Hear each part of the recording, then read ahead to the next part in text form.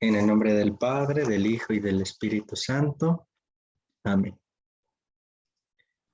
Muy bien, hermanos. Entonces, el día de ayer estuvimos revisando el tema de las comidas de Jesús. Y muy a propósito de lo que veíamos ayer y de lo que vamos a ver el día de hoy, es precisamente cómo Jesús se va haciendo uno con los que tiene a su alrededor. Y parte de este hacerse uno, como vimos ayer, fue el comer con ellos, el compartir la propia vida y la vida del otro en una mesa en los alimentos. El día de hoy vamos a revisar que lo que vimos ayer, que fue a lo largo de toda la vida de Jesús, lo va a llevar hasta el extremo en el momento crucial de la cruz. Entonces, para también entender esto, hay que saber cuál es el sentido, la razón y la causa de la muerte en cruz de Jesús. Quizá aquí nosotros tengamos una idea previa a por qué murió Jesús en la cruz, pero los invito a tomar la reflexión desde este punto para que podamos ir comprendiendo mejor la razón de esto.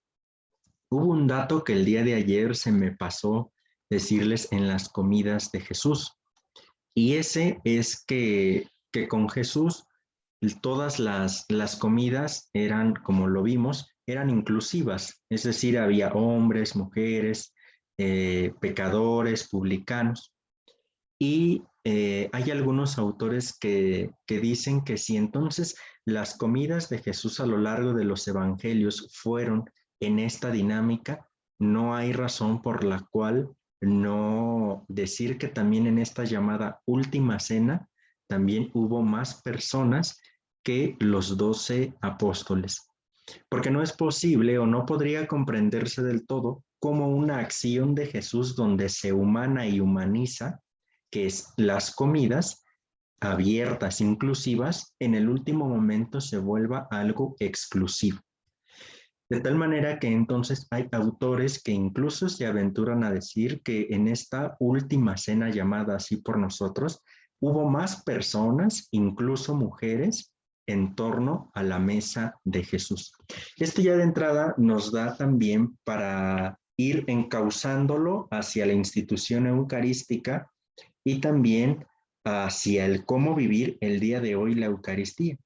Y volvemos a lo mismo, se trata de no excluir a nadie dentro de esta dinámica en la cual participan hombres, mujeres, niños, etcétera. Todos somos bienvenidos a partir el pan, a la fracción del pan, la cual nos pidió Jesús que lleváramos esto también en memoria suya.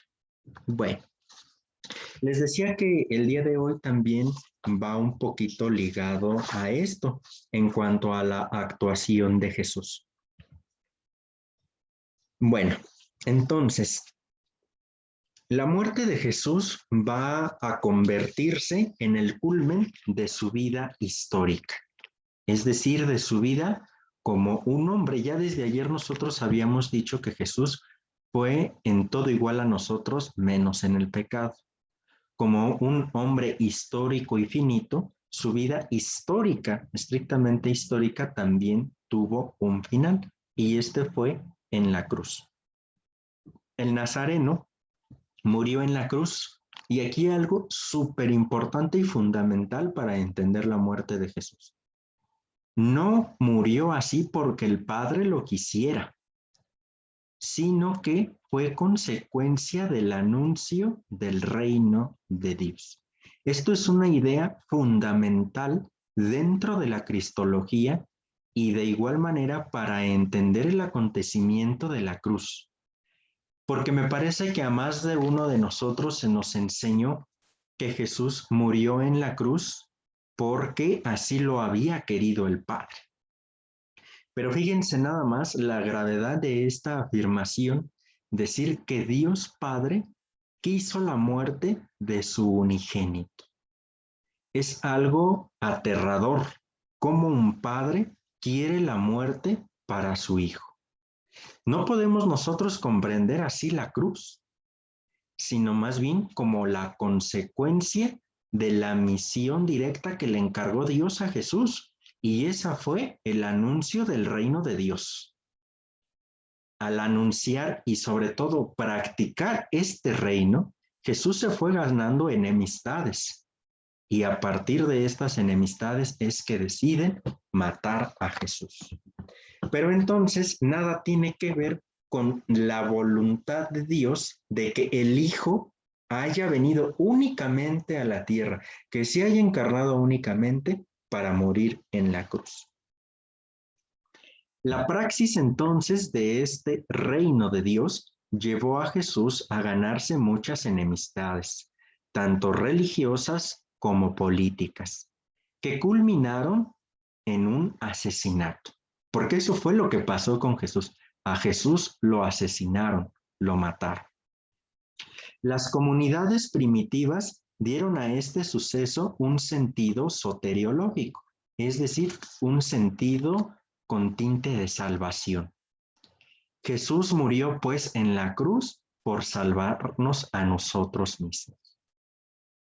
Pero todo esto que les digo como introducción tiene todo un trasfondo bíblico y también tiene un significado más profundo, lo cual vamos a revisar en esta charla. Los sinópticos, ya les había dicho ayer que los sinópticos son 3 evangelios: Marcos, Mateo y Lucas. Estos 3 se conocen como los evangelios sinópticos. ¿Por qué se conocen así? Porque si nosotros pusiéramos en un cuadro los evangelios en 3 columnas, vamos a poder darnos cuenta de cuáles son las similitudes, cuáles son las discordancias y cuál es el material propio de cada uno de los evangelistas. De estos 3, el Evangelio de Juan se cuece aparte porque tiene otra lógica interna. Entonces, a estos 3 evangelios se le conoce como los sinópticos. Muy bien. Pues estos 3 van a poner de manifiesto que desde el inicio Jesús, por sus signos realizados, se ganó el desprecio de los dirigentes judíos, a tal grado que querían quitarle la vida. Y ustedes se van a poder percatar mucho de esto en los evangelios, ¿verdad? ¿Cuántas enemistades no se ganó Jesús por, según los judíos, violar la ley de Dios? Sobre todo el día sábado. Y esa va a ser el punto fuerte por el cual deciden ya deshacerse de Jesús. Todos los sinópticos describen 5 escenas en las que Jesús aparece corriendo peligro su vida. En el relato sobre pagar tributo al César. Y aquí esto es algo muy importante, porque negarse a pagar el tributo al César significaría que Jesús es un subversivo político, es decir, que va en contra del Imperio Romano. Y nosotros sabemos que en el siglo I Palestina estaba dominado por el Imperio Romano. Ir contra el César es ir contra el imperio y por tanto el emperador con la mano en la cintura, diríamos, puede mandar a destruir a aquel pueblo o aquella nación que se le revela. En el relato sobre la resurrección de los muertos, también aquí corre peligro. El pasaje de la expulsión del templo, cuando agarra a latigazos a los que vendían. También el pasaje de la parábola de los viñadores homicidas. Por último, Marcos y Mateo introducen en su lugar el pasaje sobre el mandamiento principal y presentan la escena también como una tentación insidiosa contra Jesús. Entonces, nos vamos percatando de que en los evangelios se nota ya la falta de entendimiento para con lo que dice Jesús. Y como Jesús viene a mover muchas de las cosas que se van creyendo o que se venían creyendo, entonces hay que deshacerse de él. Todos estos pasajes concluyen con un sumario anterior a la traición de Judas. Un sumario bíblico es una especie de resumen de todo lo que va a ser adelante o de todo lo que ya fue atrás. Los sumos sacerdotes y los escribas andaban buscando cómo podrían apoderarse de él con engaño y darle muerte. Esto nosotros lo encontramos en Marcos capítulo 14, versículo 1, Mateo capítulo 26, versículo 3 y Lucas capítulo 22, versículo 21. Fíjense nada más la frase. Los sumos sacerdotes y los escribas andaban buscando cómo podrían apoderarse de él con engaño y darle muerte. Ya querían matarlo. Pero ya desde aquí nos podemos dar cuenta que es voluntad de estos personajes, no es voluntad del Padre. En el caso del Evangelio de Juan, se ve con más detalle que la persecución a Jesús marca toda su vida. Los enemigos principales de Jesús no son los judíos en su generalidad, sino los fariseos que en 5 ocasiones son asociados a los llamados sumos sacerdotes. Ya desde los comienzos y hasta el final se va vislumbrando un conflicto entre Jesús y estos personajes. La causa que según los evangelios originan la persecución hacia Jesús son variadas, históricas unas y otras teologizadas, sobre todo en el Evangelio de San Juan. Aquí me gustaría hacer una especie de paréntesis para todo lo que vamos a ver el día de hoy y el día de mañana. Los evangelios fueron escritos, podríamos decir nosotros, de atrás hacia adelante. ¿En qué sentido lo digo o cómo hay que entender esto? Los evangelios empezaron por redactar la pasión de Jesús. El primer evangelista fue Marcos, después Mateo, después Lucas y hasta el último fue el Evangelio de Juan. Ahorita concentrémonos en los sinópticos. Si ustedes se fijan, en el Evangelio de Marcos no hay ningún relato de la anunciación del ángel Gabriel, ya sea a María o a José. No hay ninguno. De hecho, empieza así nada más presentando a Jesús, su misión, etc. A Marcos, por tanto, en este sentido, no le interesa saber de dónde viene Jesús. Pero esto porque es el primer evangelista y a él lo que le importa es resaltar la pasión, muerte y sobre todo la resurrección de Jesús, que es lo que le va a dar sentido a todo. Después del evangelista Marcos va a escribir el evangelista Mateo. No sé si ustedes se habían percatado en estos dos relatos, en el de Mateo y Lucas, que la anunciación del ángel Gabriel es distinta. En Mateo, a Mateo ya le empieza a importar de dónde viene que se le empieza a declarar hijo de Dios, es decir, Jesús. Y entonces a Mateo ya se le exige relatar de dónde viene este. Y entonces lo pone como hijo de María e hijo de José. Pero Mateo va a poner el relato de la anunciación en sueños y a José, no a María, sino a José. Aquí en el Evangelio de Mateo, María no tiene nada que ver. En la anunciación es estrictamente a José.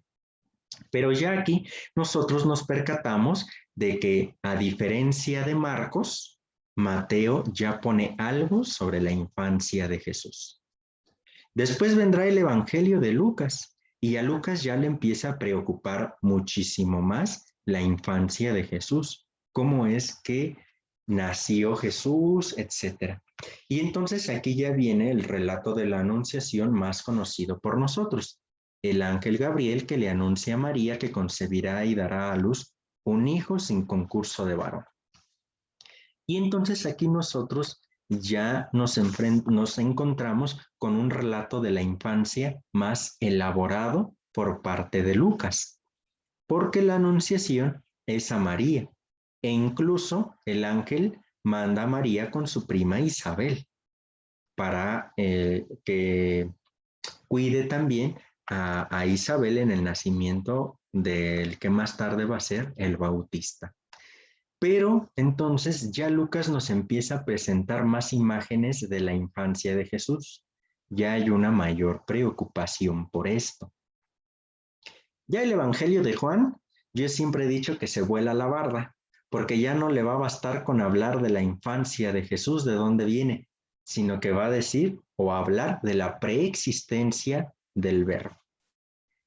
En un principio era la palabra estaba con Dios y la palabra era Dios. Y si ustedes se fijan, es como ir de un atrás hacia adelante o de un final hacia un principio. Se comienza con la pasión, muerte y resurrección. Se empiezan a preguntar por Jesús medianamente la vida pública. Ahí está el Evangelio de Marcos. Después se empiezan a preguntar por la infancia de Jesús, el Evangelio de Mateo y el Evangelio de Lucas. Y ya después se empiezan a preguntar, ¿y antes dónde estaba a este que le declaramos Cristo? Pues era preexistente. En él no existe el tiempo porque desde un inicio estaba con Dios y era Dios.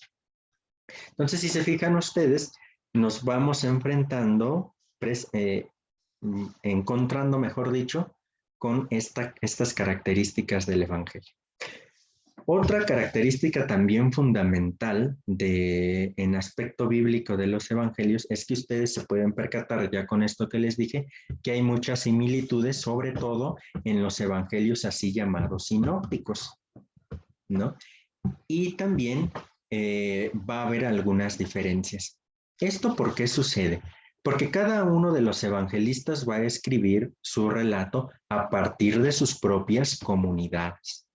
Esto va a ser bien interesante, porque entonces no a las tres comunidades de Marcos, de Mateo, de Lucas e incluso de Juan les va a interesar lo mismo de Jesús y en el mismo grado. Entonces ya aquí nosotros nos podemos encontrar por qué los relatos son a veces distintos. Les voy a poner un ejemplo práctico sobre esto. Si yo les dijera ahorita que cada uno de ustedes me va a escribir una reseña de este taller, de estas charlas que estamos teniendo, algunos van a poner especial énfasis quizá en los videos, en la oración, algunos en una parte específica de la charla, otros quizá en un video final. Y entonces cabría la pregunta, ¿quién de ustedes me está contando la verdad de cómo acontecieron las charlas? La respuesta es, todos me están diciendo la verdad, solamente que cada uno de ustedes está poniendo especial interés en algo que a ustedes mismos les llamó la atención. Pero eso no significa que me estén hablando de una charla distinta de la que se dio y que me estén hablando de cosas distintas a las de los demás hermanos, porque es la misma charla, el mismo acontecimiento, pero narrado de una manera distinta. Bueno, esto hay que ver, tenemos que verlo desde los evangelios. Y el tercer punto que tenemos nosotros que tener en cuenta en los evangelios a propósito de esto es que si la resurrección va a ser la razón de ser de nuestra fe, solo hasta la resurrección se le va a reconocer en sentido pleno y estricto a Jesús como el Hijo de Dios. La resurrección va a venir a cambiar absolutamente todo. Gracias a que Jesús resucita, se empiezan a preguntar, ¿y este quién es? Y entonces es donde vendrá la afirmación, es el Hijo de Dios. Por eso Dios lo ha resucitado. Empiezan a releer la vida de Jesús y a narrarlo ya a partir de la experiencia de la resurrección. A estos relatos ya puestos por escrito, pero a la luz de la resurrección, se les conoce como relatos teologizados o relatos ya con base en una reflexión teológica. Por eso es sumamente importante que los evangelios del Nuevo Testamento y en general la Biblia no la leamos literalmente, porque si no estaremos leyendo de una manera equivocada la Sagrada Escritura. ¿Queda claro esto que les acabo de explicar? Porque esto es importante para entender lo que viene a continuación. Amadeus. Sí, profesor, ¿podría repetir lo de los evangelios? ¿Qué son? Porque ya no alcancé a escuchar porque se acordó un poquito. Pero ¿cómo que qué son? Son los relatos que nos presentan la vida de Jesús, pero cada una de las... Sí, bueno, es que ya no. Dime.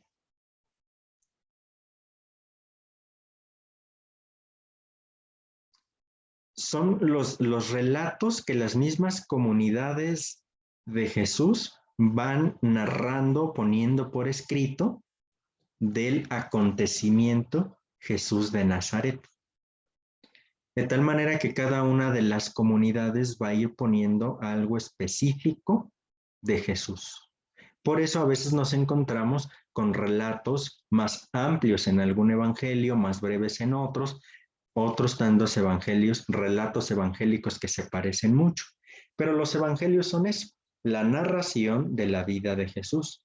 Y lo fundamental ahí es la pasión, muerte y resurrección, sobre todo la resurrección de Jesús.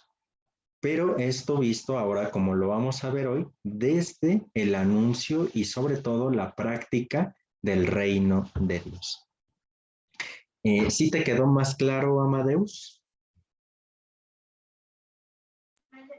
Sí, pero ya un poquito, solamente que tengo un poquito de problemas con la conexión. Ah, ok. ¿Los demás sí me escuchan o soy yo el del problema? No, sí se escucha bien, Sí, se escucha bien, claro y bien. Sí, se escucha bien, como que de momento sí se corta un poco, pero nomás es muy leve. Ay, no. Bueno, conmigo no. Yo sí escucho muy bien. Sí, yo también muy bien. Muy bien. Entonces, si por ahí hay alguna duda, igual que Amadeus, pueden levantar la mano y entonces externar su pregunta. Muy bien. Entonces, sí, la Biblia no ha de leerse entonces de una manera literal, sino ir entendiéndole a cada uno de los textos en un marco amplio, que es ya una reflexión a partir de la resurrección de la persona de Jesucristo. Es decir, la resurrección le va a dar una luz nueva a todo lo que hizo y dijo Jesús. Eso va a ser algo fundamental en la lectura de los evangelios, porque a partir de ahí nosotros vamos a entender que hay relatos, como les digo, llamados teologizados, ¿verdad? Desde ahí hay que irle entendiendo. Muy bien. Vamos siguiendo en esto. Entonces, la persecución de Jesús son las denuncias de Jesús contra el poder opresor, el poder religioso en directo. Esto nos lo dicen los evangelios, no me lo estoy inventando yo. La persecución se ocasiona porque Jesús ataca a los opresores, una dimensión histórica, quienes además justifican la opresión en nombre de Dios. Muchos de los problemas que Jesús se va generando a causa del reino de Dios es precisamente porque está en contra de aquellos que van ofuscando, van aminorando la dimensión estricta de humanidad que hay en las personas. A través de todas las reglas que se les van poniendo, se les olvida que la regla, la norma está en función de la vida y no la vida en función de la norma. Jesús viene a recordar esto. Por eso Jesús dice, se les dijo, pero yo ahora les digo. Y la ley de Jesús es incluso más radical que la de Moisés. Pero Jesús, lo importante es que viene a decir, la vida está sobre la ley y no la ley sobre la vida. Por eso es tan importante ir entendiendo esto. También Jesús va a estar atacando a estas personas que van poniendo cualquier ley por encima del hombre y también defendiendo a todas las víctimas de estas opresiones. Una precipitada generalización teológica dice que lo que llevó a la muerte a Jesús fueron los pecados de todos por igual. Jesús es consciente de que lo que le ocurrió a Juan fue a causa de ser un profeta, que sobre todo denuncia las injusticias. ¿Ustedes recuerdan por qué mataron al Bautista? ¿Sí se acuerdan? Sí, Fray. Sí, por matar, porque se... Con la esposa de su hermano. Ajá, Herodes que tenía. no. Por acusar del adulterio a Herodes. No, ¿Verdad? Entonces, ustedes se dan cuenta que lo que hizo Juan fue denunciar lo que se estaba haciendo mal. ¿Y cuál fue la consecuencia de este anuncio? La Lo muerte. decapitar. Exactamente. Entonces ya aquí viene a ponerse sobre la mesa una consecuencia del ser profeta, y esa es muchas veces la muerte. Y ustedes van a ver también que Jesús incluso les reclama eso: hipócritas, ustedes que mataron a todos los profetas que Dios les envió. Y son muy fuertes las críticas que hace Jesús, ¿verdad? Por ejemplo, también cuando esta parábola del rico, ¿verdad? Permíteme ir a decirles a mis parientes que mejor se porten. No es posible, tantos profetas ya les ha enviado Dios y ni a uno le hacen caso, mucho menos a uno que viene de la muerte. Entonces, fíjense la radicalidad con la que Jesús va a denunciar esto. Les va a decir que están oprimiendo a las personas. Entonces, Jesús, que ha salido del grupo de discípulos de Juan el Bautista, también denuncia lo malo que hay. Por tanto, su desenlace era previsible. La muerte final violenta no le sobrevendría como un destino arbitrario, peor tantito, como querido por Dios, sino como lo tenido siempre presente en el horizonte de Jesús. Es importantísimo que nos saquemos de la cabeza que Jesús murió porque Dios lo envió a morir en la cruz. Imposible sostener eso del Dios de Jesús. No se puede. Porque entonces estaríamos hablando de un Dios sádico, de un Dios que quiere el sufrimiento de su unigénito. Y para nada. Dios quiere la plenitud de toda su creación y específicamente del ser humano. Y envía a Jesús a anunciar el reino de Dios. Y el reino de Dios es un reino de vida. Por eso Jesús se pone al tú por tú con todas las autoridades que oprimen a las personas y que les van quitando de a poco la vida. Jesús está en contra de la deshumanización. Jesús está en contra de la opresión y de la violencia, de la muerte. Y por eso es que matan a Jesús. Porque Jesús lo que busca es precisamente eso, el reinar de Dios aquí en la tierra. Que las cosas se hagan según el proyecto original de Dios. Y todo esto trae consecuencias drásticas para la persona de Jesús, con enfrentamientos entre las autoridades de su momento que culminaron en el asesinato de Jesús. A mí me parece que tenemos que tener esto bien claro en nuestra cabeza porque es fundamental. ¿Vamos bien hasta aquí? Sí, Fray. Sí, Fray, gracias. Sí, Fray, gracias. Muy bien, vamos siguiendo entonces. Aquí lo que viene a continuación también hay que irlo entendiendo como esta forma de entender la Sagrada Escritura de un modo más amplio y no de un modo literal.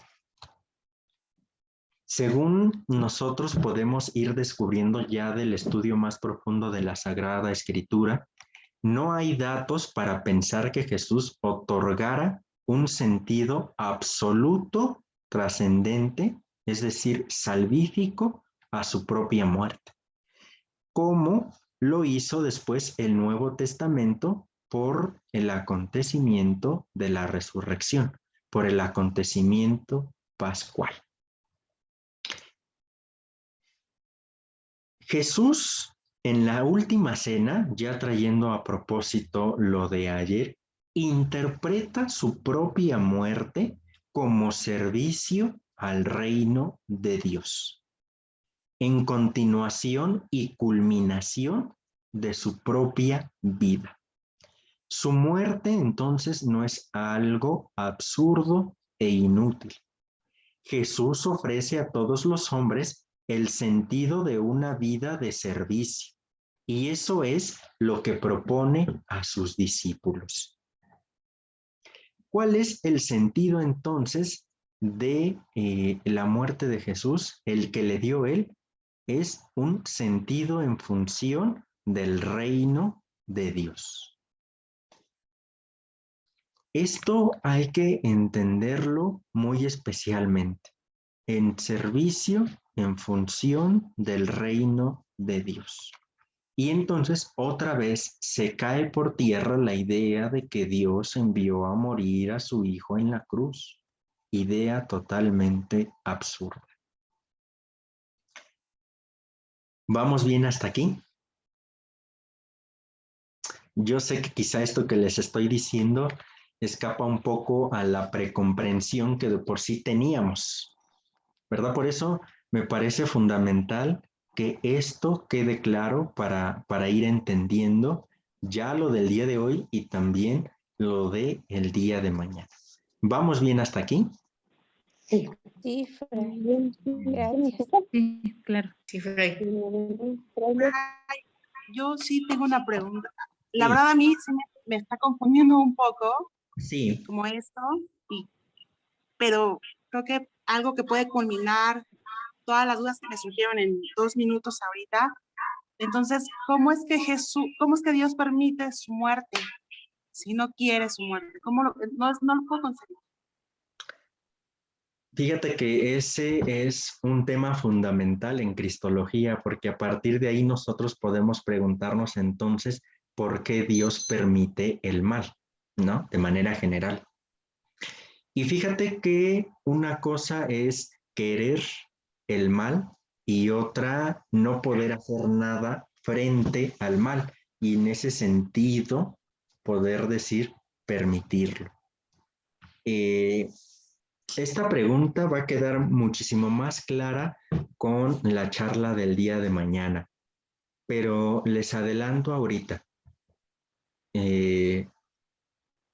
Si bien Dios no quiere que Jesús muera en la cruz, tampoco podía interferir en la historia y bajar literalmente a su Hijo de la cruz, porque eso iría en contra del mismo Dios.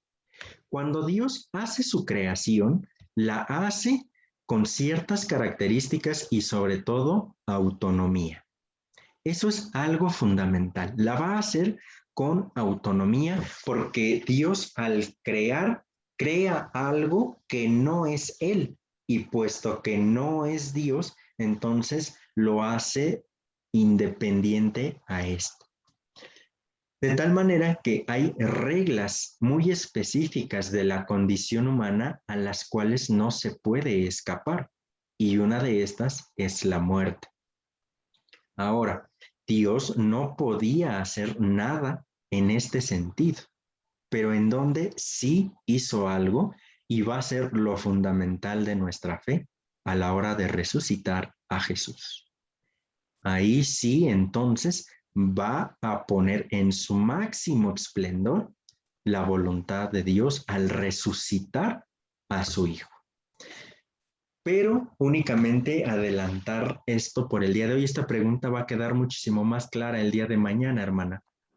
Pero, insisto, no es que Dios, por no hacer nada en el acontecimiento de la cruz, significa que estuviera validando la muerte de Jesús o queriendo la muerte de Jesús. Para nada. Pero a Dios lo vamos a escuchar hasta el día de la resurrección. Y lo vamos a escuchar no hablando, sino gritando en la resurrección.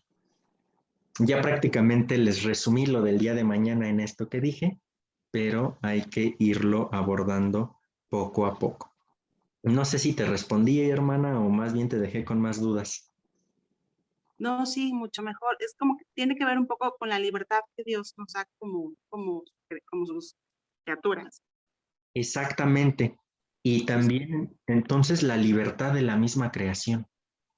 Muy bien. Muy bien, tengo por aquí algunos comentarios. Muy bien. Fray, sería como ahora cuando nosotros decimos que se muere el que tiene que morir, independientemente de lo que uno haga, no hay vuelta de hoja. Sí, porque fíjate que, digo, la muerte, todos sabemos que en algún momento de la existencia vamos a morir. El dramatismo viene por la forma en cómo morimos y el momento en el que morimos, ¿no? Pero la muerte es algo humano, o sea, es parte del constitutivo del ser humano, no hay de otra, porque como seres históricos somos seres finitos, a diferencia de Dios, que es un ser trascendente y no finito, es decir, infinito. Nosotros en nuestra condición de criaturas tenemos esta finitud. Nuestra existencia en algún momento va a acabar.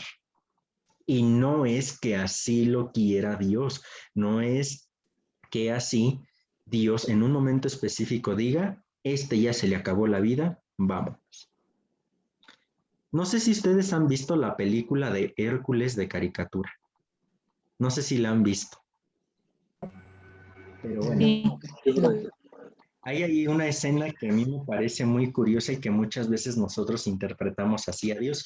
Ustedes recuerdan, quienes vieron la película, estas 3 brujas, ¿no? 3 brujitas ahí que están muy chistositas y que de hecho solamente tienen un ojo y que son como las videntes, ¿no? Ustedes recuerdan que hay un mar en el Hades, es el mar de los muertos, no recuerdo exactamente el nombre, pero las 3 brujitas están ahí y cada que una persona se va a morir, entre las 3 brujitas tensan un hilo y una de ellas corta el hilo. Cuando se corta el hilo se oye un grito y la persona es que muere. Yo a veces me imagino cuando se piensa que Dios ha decidido que un hombre muera, yo a veces me imagino a Dios así, como cortando ahí el listón de la vida. Y no, Dios no hace eso. Dios nos ha creado, pero nuestra condición de criatura es finita, es histórica, y tarde o temprano tenemos que morir. Insisto, el dramatismo de la muerte es cómo morimos y el momento en el que morimos. Porque obviamente es más dramático cuando se muere alguien en plena juventud o cuando se muere alguien que resulta ser ya la única compañía de vida. Se vuelve más dramático el asunto. Entonces, he ahí la cuestión, pero es algo completamente de la condición humana, ¿verdad? Y ante la muerte, pues nada podemos hacer. Pero como creyentes, sí tenemos la resurrección, que ya el día de mañana vamos a ver. Muy bien. Ok, Por aquí, gracias. de nada. Por aquí me dicen, Fray, entonces la muerte de Jesús pudo ser de una forma distinta a la crucifixión y Dios Padre, sí, de hecho pudo ser distinta, pudo ser cualquier muerte, pero bueno, la historia nos dice que fue en la cruz y entonces pues ahí murió Jesús, pero después, insisto, vendrá la resurrección. Pero en este sentido, sí, Jesús lo pudieron haber matado de otra forma, pero fue la cruz porque la cruz significa para el Imperio Romano la peor muerte, para exponer precisamente al delincuente, al traidor, al subversivo. Emanuel me pone por aquí, entonces podríamos decir que Dios envió a su Hijo en función de servicio al prójimo y al mismo tiempo al anuncio de su reino como medio de salvación. Le diste al clavo. Dios envía a su Hijo en función del reino de Dios. ¿Y qué es el reino de Dios? Un proyecto de humanización, ¿verdad? Ahí, un proyecto de vida. un proyecto en el que el hombre se encuentra plenamente en función, y esto, la plenitud de la vida en el hombre es igual a salvación.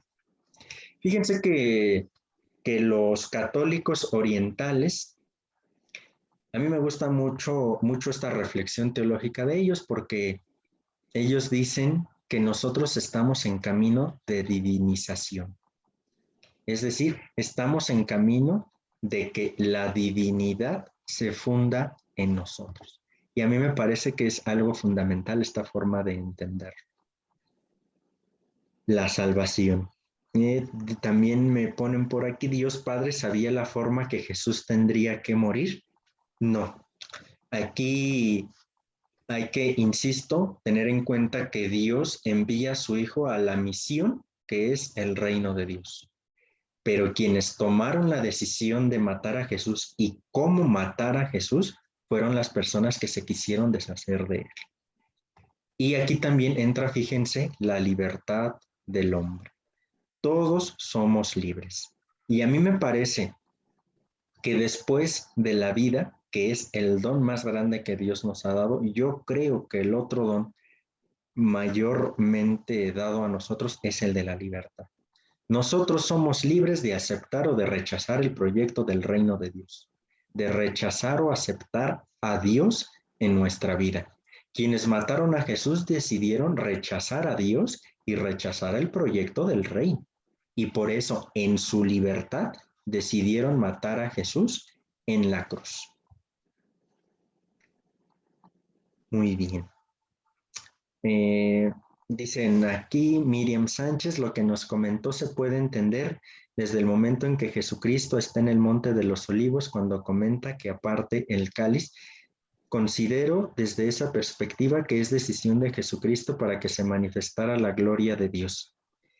Fíjense que aquí este relato del Getsemaní es un relato muy teologizado, porque si ustedes se ponen a pensar estrictamente, este diálogo que tiene Jesús con el Padre y que aparte el cáliz de él, si se fijan, es un diálogo en solitario entre Jesús y Dios. No hay testigos. Y después de este diálogo con Dios, inmediatamente viene el arresto de Jesús. Este relato va a presentarnos cómo Jesús va aceptando lo que muy probablemente ya venía a venir, que es que se querían deshacer de él, matarlo. Y fíjense, Jesús muere en la raya con el anuncio del reino de Dios. Es decir, se muere anunciando el proyecto que Dios le envió a poner en práctica.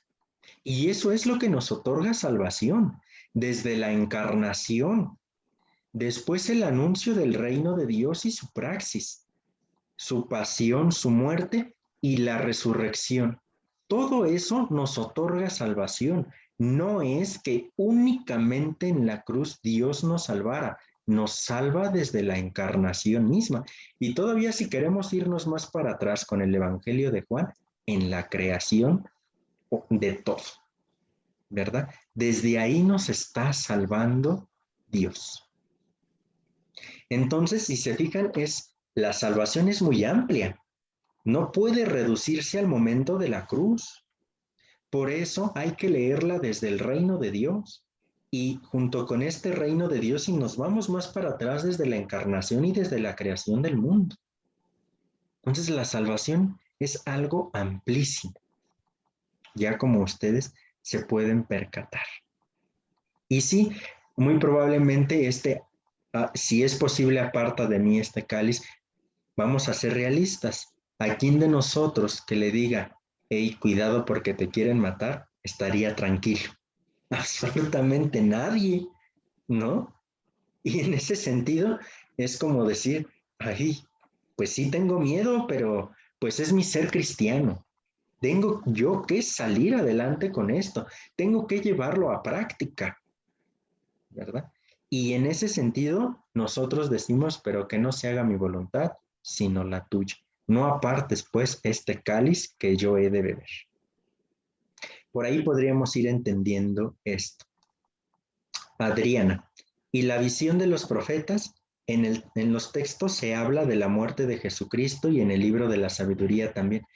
Fíjate que a esta técnica de leer el Antiguo Testamento a la luz del Nuevo Testamento se le conoce como Midrash, una técnica midrashica, donde se encuentra el fundamento de la persona de Jesucristo en el Antiguo Testamento. Como ustedes se dieron cuenta, lo hicimos hoy en la oración inicial. Pero los biblistas una y otra vez nos dicen que estos relatos no reflejan estrictamente lo que Jesús iba a hacer, sino que esta lectura que se le hace a los textos del Antiguo Testamento es producto también de la resurrección.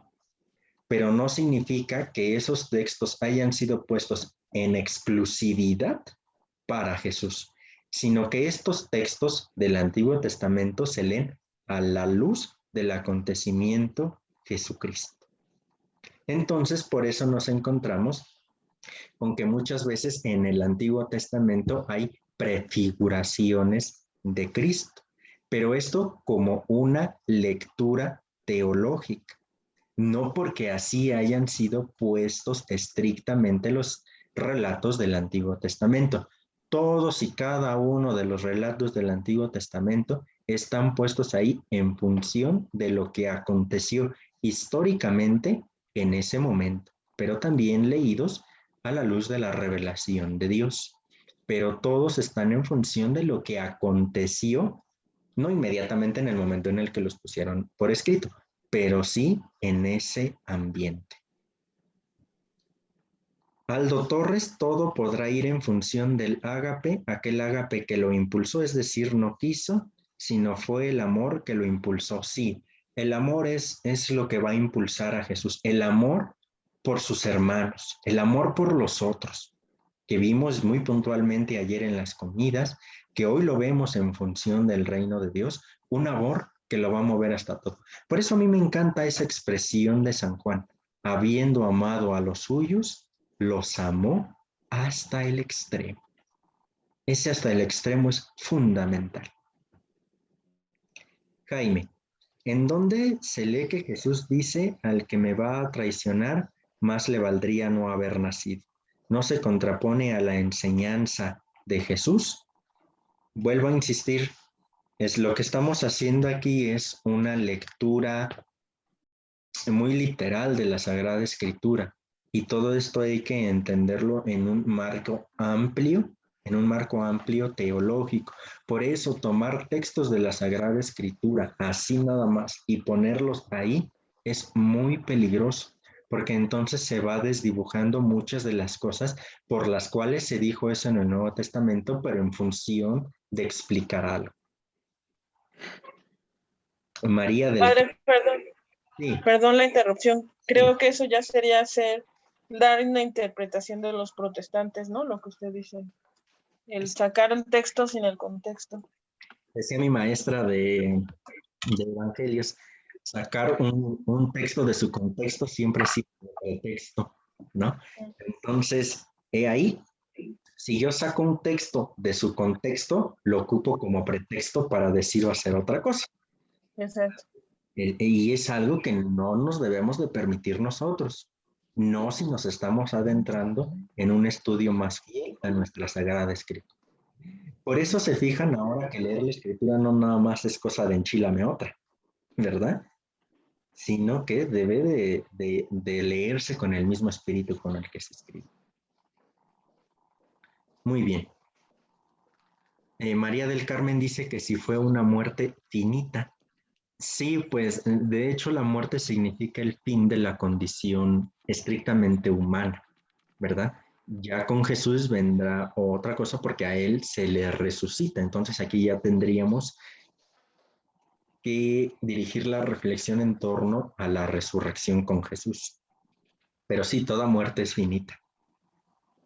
Emanuel Jiménez, Dios nos ha dado libertad, voluntad e inteligencia para nuestra vida. Exactamente. Esmeralda, somos tan libres de decidir nuestras acciones que Dios no evita la muerte de Jesús para que tengamos en cuenta que en nosotros está el aceptarlo. Aunque Dios nos salva, en nosotros está la decisión de ir por el camino del reino de Dios. Efectivamente, ¿verdad? Aquí hay algo fundamental que pone Esme. Esta libertad de decidir.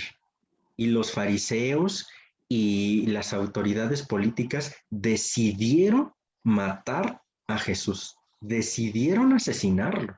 Y eso nada tiene que ver con la decisión de Dios. La decisión de Dios la vamos a reflexionar sobre todo el día de mañana en la resurrección. Y de manera continuada en la decisión de Dios, pero en Jesús de anunciar el proyecto del reino de Dios. Entonces, ¿vamos bien? A mí me apasiona mucho esto del reino de Dios. Sí, Fray. Sí, Fray. Sí, Fray, todo bien. Sí, Fray, gracias. Muy bien, entonces vamos a seguir con, no sé si ustedes sabían también ya con la muerte de Jesús que hubo 2 juicios, o si se habían percatado que hubo 2 juicios con Jesús, uno religioso ante el Sanedrín y uno político ante las autoridades políticas, ¿verdad?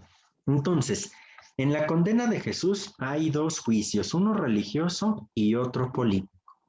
En el primero, es decir, en el religioso, es condenado a causa de la violación del sábado y porque los miembros de la casta sacerdotal estaban irritados por ver que Jesús se erigía en reformador religioso de los usos cultuales vigentes en su tiempo.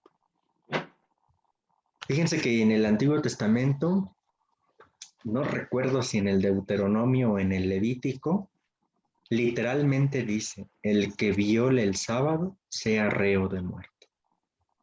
Entonces, ¿cuántas veces Jesús violó el sábado? ¿Verdad? Y todavía les dice, hipócrita, ustedes sí desatan a su burro, pero no me permiten devolver la salud en sábado.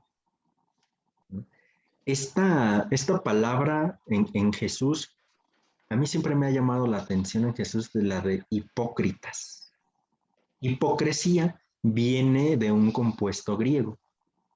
Hipo es máscara o persona, y entonces la hipocresía o el hipócrita es alguien que se pone una máscara delante de sí para mostrar un rostro que no es el suyo y mostrar un rostro para que lo acepten, para encajar lo que sea.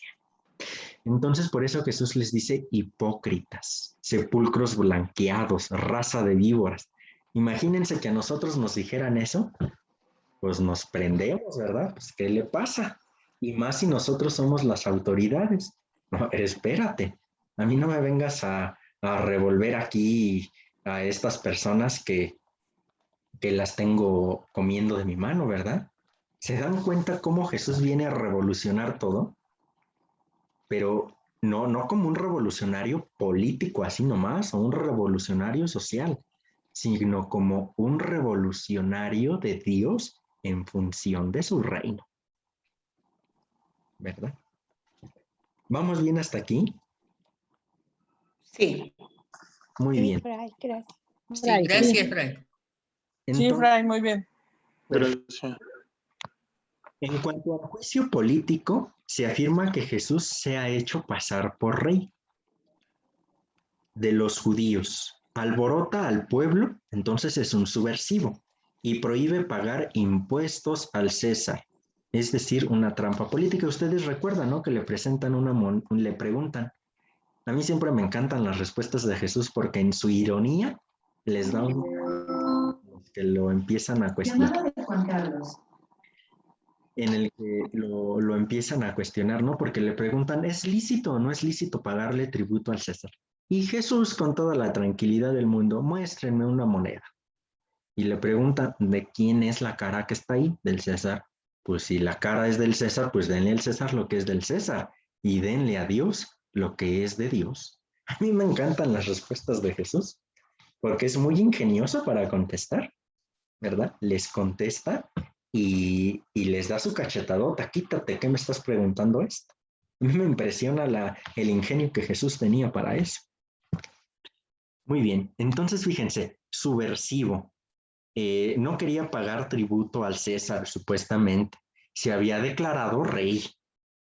Era obvio que el imperio se tenía que deshacer de él, porque iba a venir una guerra interna, una guerra contra el imperio. Entonces se fijan que estos dos juicios políticos, las causas. Por tanto, Jesús fue crucificado por los romanos por razones tácticas y políticas para salvaguardar la tranquilidad y orden de Jerusalén, en nombre de los dioses establecidos de Roma que aseguraban la famosa Pax Romana. Y no sé si ustedes también han leído en la Sagrada Escritura que los fariseos dicen, más vale que perezca uno solo a que muera todo el pueblo. Y esto es porque le tenían tal miedo al imperio de que viniera a destruir Jerusalén que decidieron matar a Jesús. Más vale que muera este a que el imperio romano venga a acabar con Jerusalén. ¿Se dan cuenta cómo nada de esto tiene que ver con Dios? ¿Cómo nada de esto tiene que ver con la decisión de Dios, sino con la decisión humana? Y de unos cuantos, no de todos. Muy bien. Pero en realidad, la muerte de Jesús fue consecuencia de su vida al servicio del reino de Dios. Eso que nos entra en la cabeza, casi ocuparlo como una especie de mantra. Pero en realidad, la muerte de Jesús fue consecuencia de su vida al servicio del reino. Según Jesús, hay dos formas de invocar a Dios. Y sobre todo hay dos dioses a los que invocar, el del reino que anunció él y el del antirreino. Lo que refleja la condena y muerte de Jesús fue su fuerte y gran congruencia de palabras y obras hasta el final de su vida. Jesús seguirá su manifestación acerca de Dios, pero ahora en su propio destino, a muerte, en su muerte. Porque hay dioses que dan muerte. Y no estoy hablando del Dios Yahvé, del Dios de Jesús, sino del Dios de los otros que decidieron matar a Jesús. Fundamental esto. ¿Vamos bien hasta aquí? ¿Cómo vamos? Bien. Bien, Fray. Pues bien, Fray, gracias. Bien, Fray. Fíjense que para entender esto del anuncio del reino de Dios, les voy a dar una línea muy sugerente. Por aquí puso otra vez, Esme, ¿quién diría que el juicio político sería más injusto que el religioso? La cosa va de que uno no piensa en comunidad, sino en lo individual, en lo que más me conviene. Exactamente, al final los fariseos decidieron en función de ellos mismos. Y si se fijan, no de todo el pueblo, que fue lo que aparentemente quisieron dar a entender. Más vale que perezca uno a que perezca el pueblo. Más bien quisieron decir, más vale que perezca este a que perezca yo. Es decir, más vale que matemos a este a que venga a trastocar todo lo que he construido, ¿no? Y esto con opresión. Entonces, es muy interesante esto. Pero bueno, hemos estado hablando del reino de Dios de arriba para abajo, ¿verdad? Entonces, me gustaría darles una idea muy básica de lo que es el reino de Dios. Para eso, les voy a hablar un poquito, 5 minutitos, de lo que fue mi tesis en los estudios básicos de filosofía y teología. Y mi tesis precisamente la hice en función del reino de Dios y lo titulé El reino de Dios, un proyecto de liberación, de reintegración y humanización del hombre. Y esto siempre en clave de don y tarea. Y aquí les enseño mi tesis. Y aquí sobre el reino de Dios, fíjense la idea central que yo manejé aquí para que nosotros entendamos el reino de Dios. Ya nosotros hoy vimos con mayor precisión que muchas de las personas en el pueblo de Israel estaban oprimidas. Llámense pobres, llámense enfermos, porque también dicho sea de paso, la enfermedad para los judíos es un castigo de Dios. Por eso Jesús viene a salvar, quitando la idea de que Dios castiga a través de la enfermedad y del sufrimiento. Entonces, ¿qué es lo que va a hacer Jesús primero en el anuncio del reino de Dios? Liberar a todos los que están oprimidos del pecado, de situaciones injustas, de estructuras injustas, tanto políticas como religiosas. Primero los libera, pero los va a liberar ¿para qué? Para reintegrarlos en sí mismos, para devolverles la dignidad de lo que también ayer estábamos hablando, pero también para reintegrarlos en la comunidad, en la sociedad. Y también esto lo vimos ayer, cómo las comidas de Jesús reintegran en el tejido social. Y por último, ¿qué va a ser esta liberación que nos va a servir para reintegrarnos? ¿Qué es lo que va a hacer? Humanizarnos. ¿Qué es el reino de Dios? Un proyecto de humanización que exige la liberación de toda opresión y la reintegración del hombre en sí mismo y del hombre en la misma sociedad. El reino de Dios es puro don de Dios, pero tarea nuestra llevarlo a la práctica, realizarlo. Así como Jesús, teniendo en cuenta las consecuencias que pueden derivar de ahí.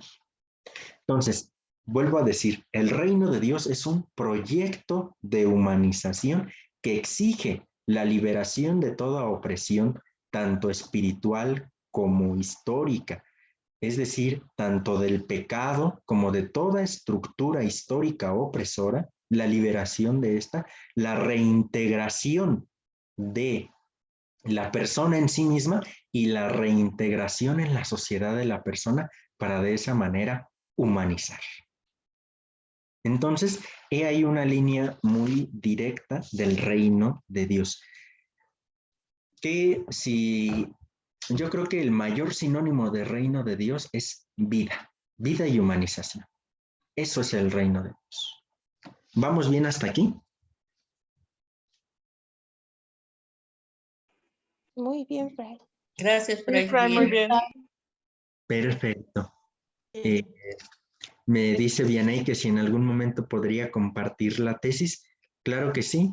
Ahorita estoy yo revalidando mi teología en la WIC porque no tenemos nosotros validación oficial y voy a presentar esa tesis ahí. No es como que pueda publicarla ahorita, pero una vez que la entregue en la universidad ya se las puedo compartir. Platicar de ella sin ningún problema, ¿verdad? En otro momento nos juntamos para hablar sobre el reino de Dios específicamente. Muy bien. Entonces, Sí, gracias. ¿vamos bien hasta aquí? Muy bien. Sí, muy bien. Entonces, vamos ya concluyendo nuestro tema del día de hoy. El sentido de la muerte de Jesús. Esto que les voy a compartir es una interpretación de un teólogo llamado Leonardo Boff. Este teólogo, quizá algunos lo conocen, fue fraile franciscano, fraile nuestro, pero decidió salir de la orden. Siguió escribiendo sobre teología, pero ya principalmente escribe sobre ecología, ¿no? La ecología en el marco de la fe. Como sea, Leonardo Boff es uno de los padres de la llamada teología latinoamericana, una teología que nació en nuestras tierras y tiene una explicación, toda la teología latinoamericana muy particular de toda la fe, ¿verdad? Esto no significa que es otra fe, sino que es una forma de interpretar la fe de manera distinta desde Latinoamérica. Por eso se llama así teología latinoamericana. Bien, entonces, fíjense nada más ya para ir uniendo también lo de ayer. Toda la vida de Jesús fue un darse, un ser para los demás. Fue un intento y una realización en su existencia de la superación de todos los conflictos. En nombre del reino de Dios, Jesús vivió su ser para los demás hasta el final. Se murió en la raya. Incluso cuando la experiencia de la muerte, y aquí una especie de ausencia de Dios, se le hizo sensible en la cruz, casi hasta el límite de la desesperación. Pero él confió y creyó hasta el final que aún así Dios lo aceptaría. Fíjense nada más, tan tremendo es el grito de Jesús, de todo está consumado, y Padre, en tus manos pongo mi espíritu. Una confianza plena en el Padre, a pesar de que supuesta y aparentemente el Padre había abandonado a Jesús en la cruz. Una confianza total en el Dios de Jesús. El sinsentido de la cruz aún tenía para él un secreto y último sentido. Toda la vida de Cristo consistió en darse, en ser para los demás, en intentar y realizar en su existencia la superación de todos los conflictos.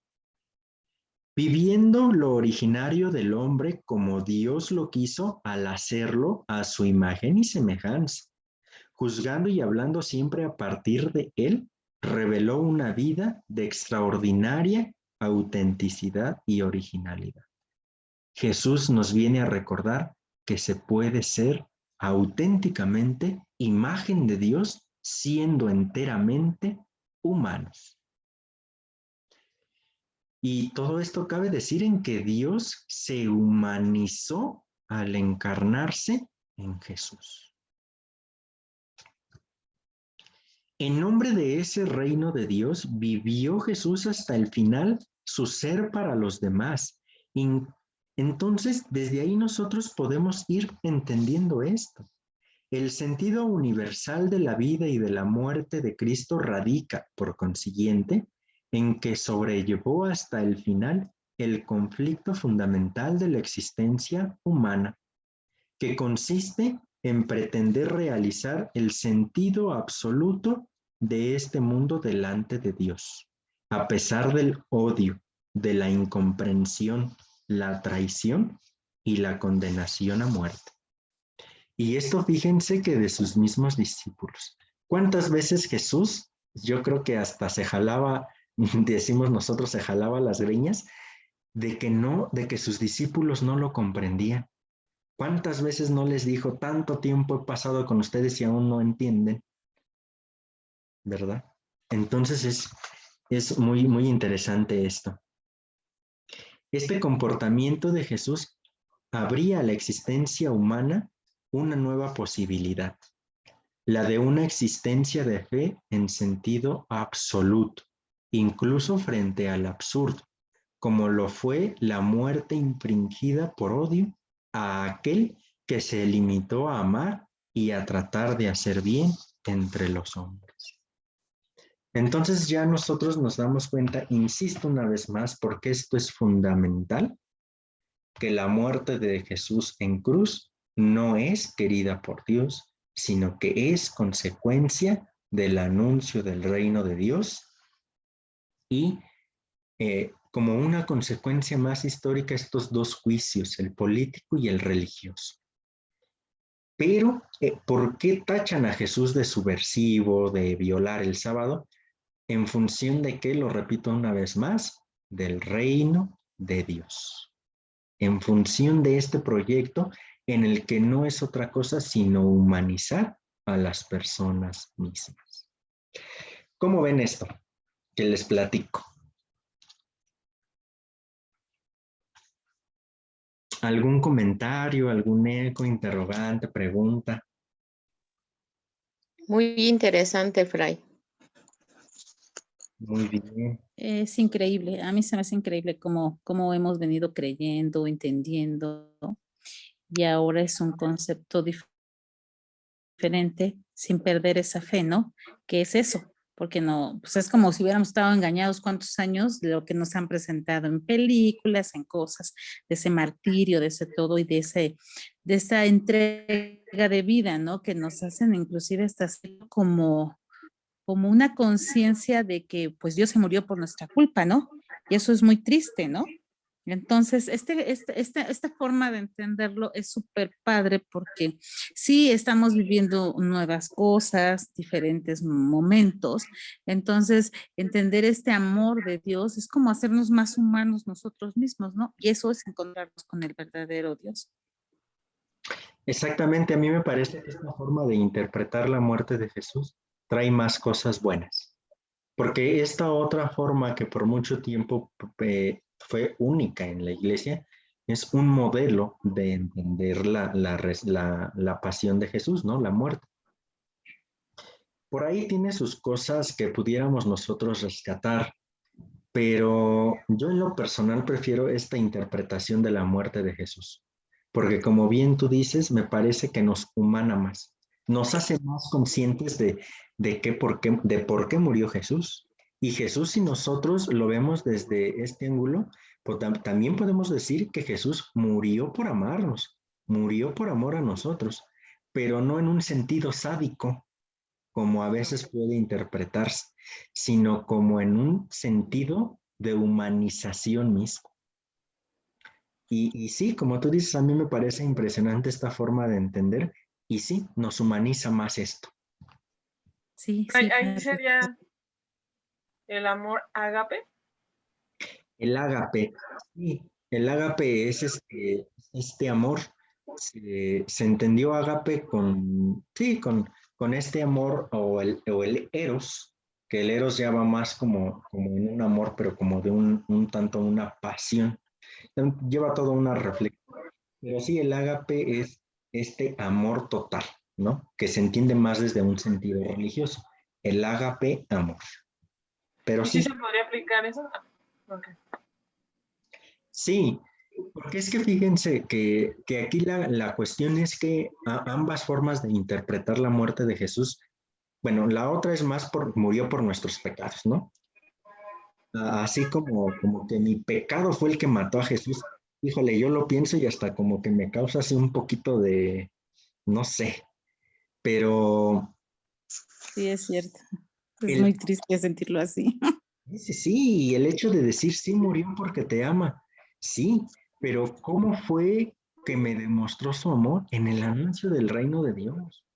Y me lo mostró hasta el extremo muriendo en la cruz, pero no me lo mostró únicamente en la cruz. La cruz fue la consecuencia de ese amor que me tuvo. Jesús, en su decisión, en su libertad, decidió afrontar la muerte en cruz por puro amor a nosotros y decirnos, el reino de Dios es factible, se puede hacer, es realizable. Sí. Aún a pesar de las consecuencias. Y ya el día de mañana vamos a ver que la resurrección es un grito de vida por parte de Dios. Fray, perdón, a mí me vino a la mente ahorita justamente lo que estábamos platicando, comentábamos ayer de lo del matrimonio, ¿no? O sea, precisamente es un morir por amor. Si partimos de la idea que un matrimonio se constituye por amor, entonces todos los esfuerzos, hasta levantar los trastes, hasta tender la ropa, no sé, cualquier cosa banal y cotidiana, se convierte en una entrega hacia, o sea, es por medio del esposo o de la familia, pero para Dios finalmente, ¿no? O sea, como decían ayer, si no existe mi esposo, si ya falleció, ya no me puedo santificar, ¿no? Claro que sí, ¿no? Cualquier forma o con cualquier ser humano tenemos esa posibilidad de santificarnos. Sí, exactamente. Y es que la cuestión también en nosotros es a veces el sentido o la significación que le damos a las cosas. Ahorita que todavía estamos en este trance de la Cuaresma, Semana Santa, Tríodo Pascual, etcétera, y toda esta idea de la penitencia, ¿no? Y que parece chiste, pero de verdad hay personas que sí hacen esta penitencia de privarse de los alimentos, pero lo hacen ya no tanto en función de la penitencia religiosa, sino también para ellos dicen adelgazar. ¿Se fijan cómo se desfigura todo el sentido religioso de la penitencia? Claro. Y exacto. Sí, claro. Entonces, así, el amor y cada una de las acciones que nosotros hacemos va dependiendo del significado que nosotros le demos a esa acción. Y fíjense, Jesús, ¿cuál fue el significado que le dio a su muerte? La plenitud del reino de Dios, ¿no? Como una consecuencia de. Y obviamente, si Jesús no se rajó en el anuncio del reino de Dios, no lo iba a hacer en el momento final. Porque si no, entonces Jesús hubiera quedado realmente como un fracasado. Y decir, mira, ya cuando se le venía la de veras, dijo que mejor siempre no. Ajá. Y entonces hubiera sido un fracaso el proyecto del reino, ¿no? Entonces, híjole, a mí me apasiona mucho este tema. Claro, sí, todo un tema, ¿no, padre? Sí, sí. Aquí Emanuel Jiménez dice, finalmente nuestra concepción de Dios no será la misma anteriormente y haciéndolo en este momento. Al mismo tiempo, saber darle el sentido correcto de la entrega de Jesús en la cruz por amor a nosotros, todo por nuestra salvación. Sí, fíjense que se trata de ir purificando nuestra fe y de ir descubriendo verdaderamente al Dios de Jesús. Y como ustedes, ahorita yo me fui saltando las citas bíblicas, ¿verdad? Porque iba a ser un poquito tedioso cita tras cita, tras cita, tras cita. Pero si ustedes revisan los apuntes que yo les di, todo lo que yo digo está fundamentado en la Sagrada Escritura. Entonces, esta interpretación que se le puede a partir de aquí. Y sin duda, nosotros tenemos que ir descubriendo al auténtico y verdadero Dios de Jesús. Y de hecho, ustedes pónganse a pensar tantito. La imagen que tenían de Dios cuando eran niños, ¿es o era la misma imagen de Dios que tenían antes de este taller? No, es diferente, por completo es diferente. Claro, ¿no? Fíjense, antes del taller, después del taller, pudiera aún modificarse esta idea de Dios. Pero no es que Dios vaya mutando, sino que nosotros lo vamos comprendiendo de una mejor manera. Mari dice, buenas noches, quisiera entender si Dios no mandó a su Hijo a Jesús morir porque Jesús ya sabía que venía a morir por nuestros pecados y también sabía que 2 de sus discípulos lo entregarían, se fundamentan en Juan 21:1-3. Vuelvo a insistir, es un relato ya teologizado. ¿Sale? Por eso es fundamental entender esto. Porque si no, entonces, si Jesús ya sabía a qué venía, entonces lo que vino a hacer aquí fue solamente una obra de teatro, porque ya sabía a qué venía, ya sabía cómo iba a pasar las cosas, entonces nada más nos vino a engañar. Este es un relato teologizado. Qué gozo por esa pasión de este tema por compartir con todos. Muy bien, sí, es un tema muy, muy, muy interesante. Por aquí veo 2 manos levantadas. Andrés Pablo, te escuchamos primero y después a Santiago Mercado. Fray, nada más le quería pedir que si puede repetir la frase, una de las frases últimas que dijo, que era algo así como que podemos ser reflejo de Dios sin dejar ser humanos. No la comprendí muy bien, ¿la puede repetir? Híjole, no me acuerdo cómo lo expresé, pero sí, nosotros podemos ser absolutamente humanos sin que esto vaya en contra de Dios. Es decir, en nuestra humanidad, nosotros mostramos, como cristianos, en nuestra humanidad tendríamos que mostrar la divinidad de Dios. Y lo que les decía que los hermanos católicos orientales dicen que Dios, sobre todo ellos insisten mucho en esto, ya nuestra teología occidental también lo ha insistido mucho, y a mí me encanta esto. Dios en la encarnación se humanizó para que nosotros nos divinizáramos. Entonces, un Dios tan divino es un Dios plenamente humano. Y Leonardo Boff tiene una frase muy excepcional. Tan humano solamente puede ser el mismo Dios. Tan humano solamente puede ser el mismo Dios. Imagínense, ¿verdad? Nada que ver con la humanidad ahí toda mal vista, infravalorada. En la humanidad, los cristianos debemos demostrar la divinidad de Dios en nuestro ser cristiano. Más o menos, hermano, es que no me acuerdo cómo dije la frase.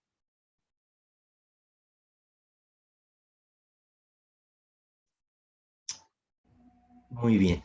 Sí, gracias. Sí, Celita. te escuchamos. Ay, perdón. Gracias, Fray. Hablando del tema del reino de Dios, yo tengo una pregunta. Si Dios es perfecto en todo, ¿no? Y nos creó a imagen semejanza suya, ¿qué no era más fácil ya estar todos en el reino de Dios? Sí, pero fíjate que aquí viene mucho a colación el relato del Génesis, porque les digo, ¿verdad? El primer don que nos da Dios es la vida, nos crea. ¿Y cuál es el segundo mayor don que yo siempre he considerado? El de la libertad. A Adán y a Eva los crea, ¿no? Y les da la completa libertad. Ese es el proyecto original de Dios. Pero en su libertad, Adán y Eva, o el género humano, si ustedes quieren, desobedece a Dios. Y entonces se fractura el proyecto original de Dios. Y luego entonces vienen las consecuencias, ¿no? Entonces, en un principio, ocupando estas palabras y haciendo una reflexión, estábamos en el reino de Dios. Pero viene esta famosa caída, que es un relato teológico, viene esta caída y entonces es nuestro deber ir construyendo este reino de Dios a causa de la caída. Por eso la Sagrada Escritura también hace esta analogía entre el antiguo Adán y el nuevo Adán, que es Jesucristo, ¿no? Entonces sí, como tú dices, hubiera sido más fácil crecer, nacer o que nos hubiera creado en el reino de Dios, y ese es visto como el proyecto original. Pero aquí, digo, en nuestro relato viene la caída, que es un relato para expresar por qué nuestra condición es así. Y entonces nosotros tendríamos que entrar con esta reflexión. ¿Te respondí, Santiago? Sí, gracias. Muy bien. No sé si tengan alguna otra cosa o vamos cerrando nuestro tema del día de hoy. Perdón, Fray. Sí, perdón. Te escuchamos, hermano Juan, y después a la hermana Raquel Maldonado. Bueno, solamente un comentario. A mí me da mucho gusto que se esté hablando de esta manera. Yo, afortunadamente, desde los años, pues, 80s, que estuvo muy fuerte en la área donde yo vivía, lo que eran las comunidades eclesiales de base, que tenían su fundamento en la teología de la liberación, pues se hablaba de estos temas fuertes para mí en esos años. En la actualidad, pues yo he seguido esa línea y yo siempre en las parroquias donde he estado con ese sentido, tratando de, pues, demostrar un Dios de amor más que un Dios de castigo. Un comentario que le voy a hacer es que actualmente aquí, estoy hablando de Guadalupe, Nuevo León. Sí. Entonces aquí hay la escuela bíblica de la arquidiócesis, donde yo participo, y en estos días uno de mis compañeros de clase se puso a llorar porque para él se sentía engañado por la iglesia. Dice, yo toda la vida viví con un Dios de castigo, ahora me dicen que es un Dios de amor, y dice, entonces, ¿dónde queda todo eso? Que digo, bueno, pues lamentablemente muchas veces así sucedió. ¿Por qué? Porque yo le dije, al igual que usted, yo así pensaba. A mí tuve la oportunidad de escuchar estos temas muchos años antes y mi pensamiento ahora es completamente diferente. Pues, como dice usted, con total libertad y feliz de vivir, de la oportunidad que Dios me da de vivir en este mundo, tratando de, pues, como de seguir el proyecto de Jesús, del reino de Dios. Y así he tratado de vivir mi vida y gracias a Dios, como dice San Pablo, pues ya quisiera irme con Dios. Decía, si al morir vamos con Dios, vámonos ya, ¿qué estábamos esperando? Muchas gracias por escucharme. Gracias a ti, Juan. Y fíjate que a propósito de esto, no como sentirnos engañados, ¿no? Por lo que nos dijo la iglesia por mucho tiempo, porque fíjense que al final es todo un proceso muy humano.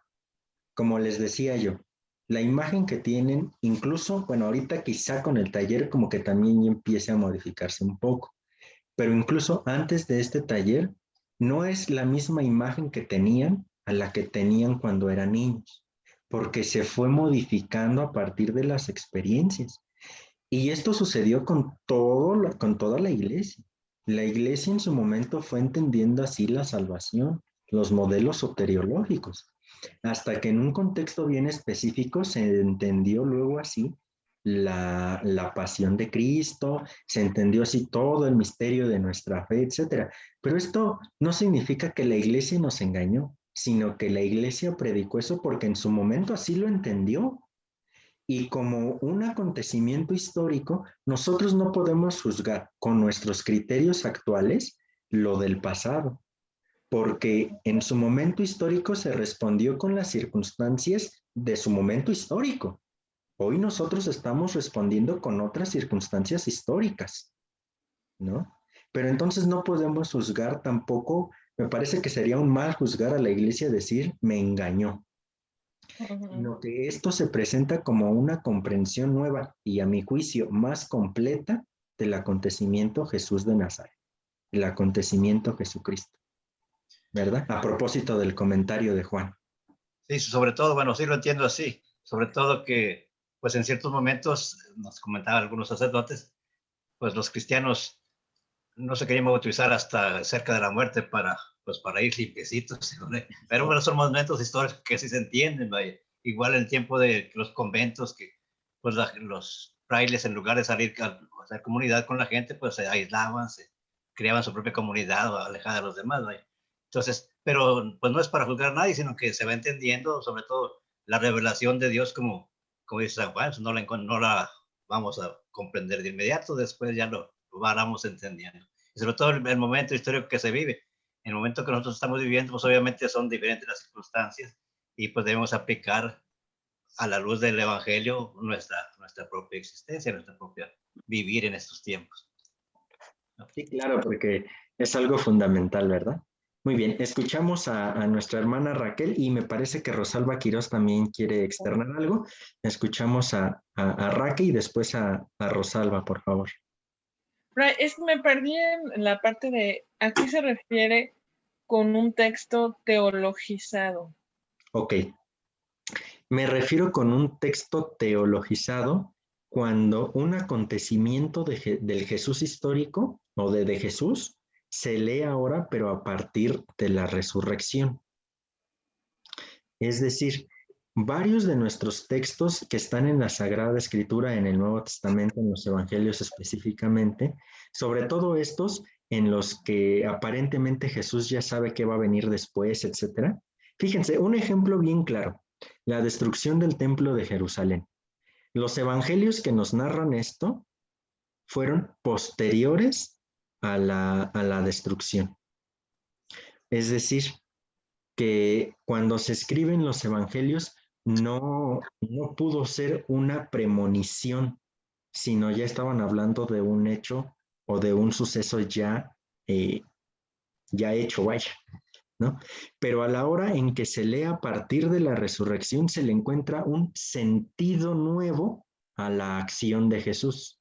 Cuando se le encuentra un sentido nuevo a esa acción, obviamente se ponen cosas, se van relatando de tal manera que se realce esto. Esto no quiere decir que son relatos inventados, pero sí son relatos que se van poniendo para resaltar algo que hizo, dijo Jesús. Y no siempre estrictamente son históricos, pero sí tienen su sustento histórico. Es decir, están en el horizonte de la historia, pero no significa que así como los evangelistas nos narran las cosas, estrictamente así sucedieron las cosas. Porque como les digo, un ejemplo bien clarísimo, entonces, ¿a quién le anunció el ángel Gabriel? ¿A María o a José? Así, de plano. ¿A quién? Porque Mateo me dice que a José, pero Lucas me dice que a la Virgen. Entonces, pues primero que se pongan de acuerdo los evangelistas y ya después que me cuenten la historia, ¿no? Pero es parte de un relato a la luz de la resurrección. Y Mateo lo hace a José porque Mateo le escribe a personas judías. Por tanto, en el ambiente judío, la mujer no tiene un puesto. ¿A quién había que anunciarle? A José, no a María. Para Lucas, como le escribe a judíos, digo a griegos, a los griegos ya no les importa eso. El anuncio es a María. A eso me refiero con un relato teologizado. ¿Te respondí, Raquel? ¿O te dejé ahí como... Como que me amplió la duda? No, sí, o sea, sí entendí, es a la luz, o sea, ya habiendo considerado la parte de la resurrección, entonces podemos interpretar la escritura, es lo que me está diciendo. Sí, mira, te voy a poner otro ejemplo. Digamos que ahorita estas charlas, pues algunos están tomando apuntes, ¿no? El día de mañana, yo soy santo, ¿no? Y entonces ustedes, como fueron muy fieles a mí, van a empezar a escribir mi biografía. Pero entonces, como yo ya alcancé la santidad, por ahí le van a poner un poquito más a mi biografía. No, que el fray era bien santote, que siempre compartía, aunque yo me iba a comer mis papas sabritas ahí al otro salón para no darle a nadie. Pero como hay que resaltar mi ser fraterno, entonces por ahí. Pero todo esto a partir de que se está haciendo, de que yo ya, en este caso, ¿no? De que ya fui elevado a los altares, a la santidad. Pues imagínense si eso pasa con un santo, ahora con Jesús y la resurrección.